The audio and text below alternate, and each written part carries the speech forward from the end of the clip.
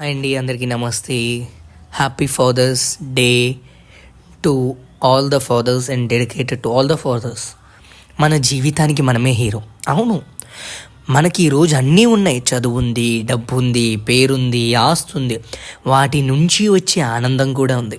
అవన్నీ మనకిచ్చి మనల్ని హీరో చేసి మన ఎదుగుదలని ఆనందంగా చూస్తూ చిన్న చిరునవ్వుతూ ఒక మూల నుంచొని ఉండిపోయేవారు మనల్ని హీరోగా చేసిన నిజమైన హీరో అయిన నాన్న. అమ్మ నీడలో నాన్న పడిన కష్టం కనబడదు మనకి, అయినా ఆయన కష్టం చూడాలని, ఆయన పడ్డ కష్టాలు మనల్ని కూడా పడమన నాన్న తలిచేది మన ఆనందమేగా ఆయన ఆనందం. కానీ మనం ఎప్పుడూ ఆయన్ని గుర్తుంచుకోం, ఆయన్ని గౌరవించం. అవును, నాన్న ఎందుకో వెనకబడ్డాడు. అమ్మ 9 నెలలు మోస్తే నాన్న 25 ఏళ్ళు, రెండూ సమానమే అయినా నాన్నెందుకో వెనకబడ్డాడు. ఇంట్లో జీతం తీసుకోకుండా అమ్మ తన జీతమంతా ఇంటికే ఖర్చు పెడుతూ నాన్న, ఇద్దరి ప్రేమ సమానమే అయినా నాన్నెందుకో వెనకబడ్డాడు. ఏది కావాలంటే అది వండి పెడుతూ అమ్మ, ఏది కావాలంటే అది కొనిపెడుతూ నాన్న, ఇద్దరి ప్రేమ సమానమే అయినా అమ్మకొచ్చిన పేరు ముందు నాన్నెందుకో బాగా వెనకబడ్డాడు.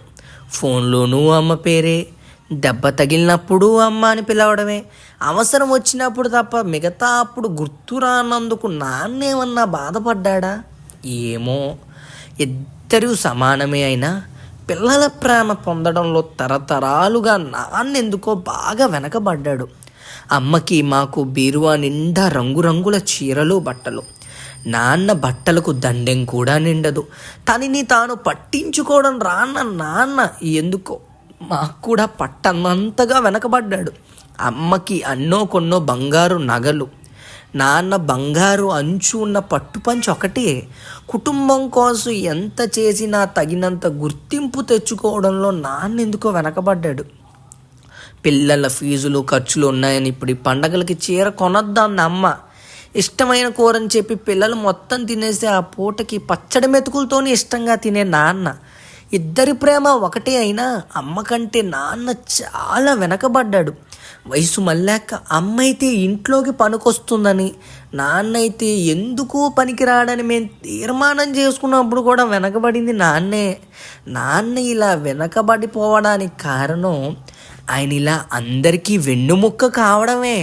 వెన్నుముక్క ఉండబట్టే కదా దండిగా నిలబడగలుగుతున్నాం.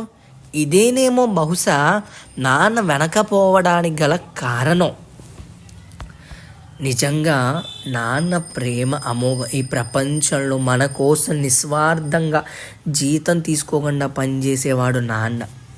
మన కష్టం వస్తే నిజంగా మన కాంపౌండ్ వాల్ కూడా దాటనివ్వని గుర్తింపు లేని సైనికుడు నాన్న. మనం బ్రతకాలంటే తినాలి, ఆ తిండిని మన కోసం తెచ్చి కష్టపడుతున్న రైతు, ఒక గుర్తింపు లేని రైతు నాన్న. పిల్లల భవిష్యత్తు కోసం నిరంతరం తపస్సు చేసే ఒక గుర్తింపు లేని ముని నాన్న. ఇన్ని చేసినా ఏమీ చెయ్యనట్టు మిగిలిపోయే ఒక నొకుడు నాన్న. ఇది ప్రతి నాన్నకు అంకితం. ఈ వ్యాసాన్ని మీ హృదయాలు కదిలించాయి అనుకుంటున్నాను. తప్పకుండా వీడియో నచ్చితే లైక్ చేసి, షేర్ చేసి, సబ్స్క్రైబ్ చేయండి. Stay tune to mass kebab Lohith. Thank you.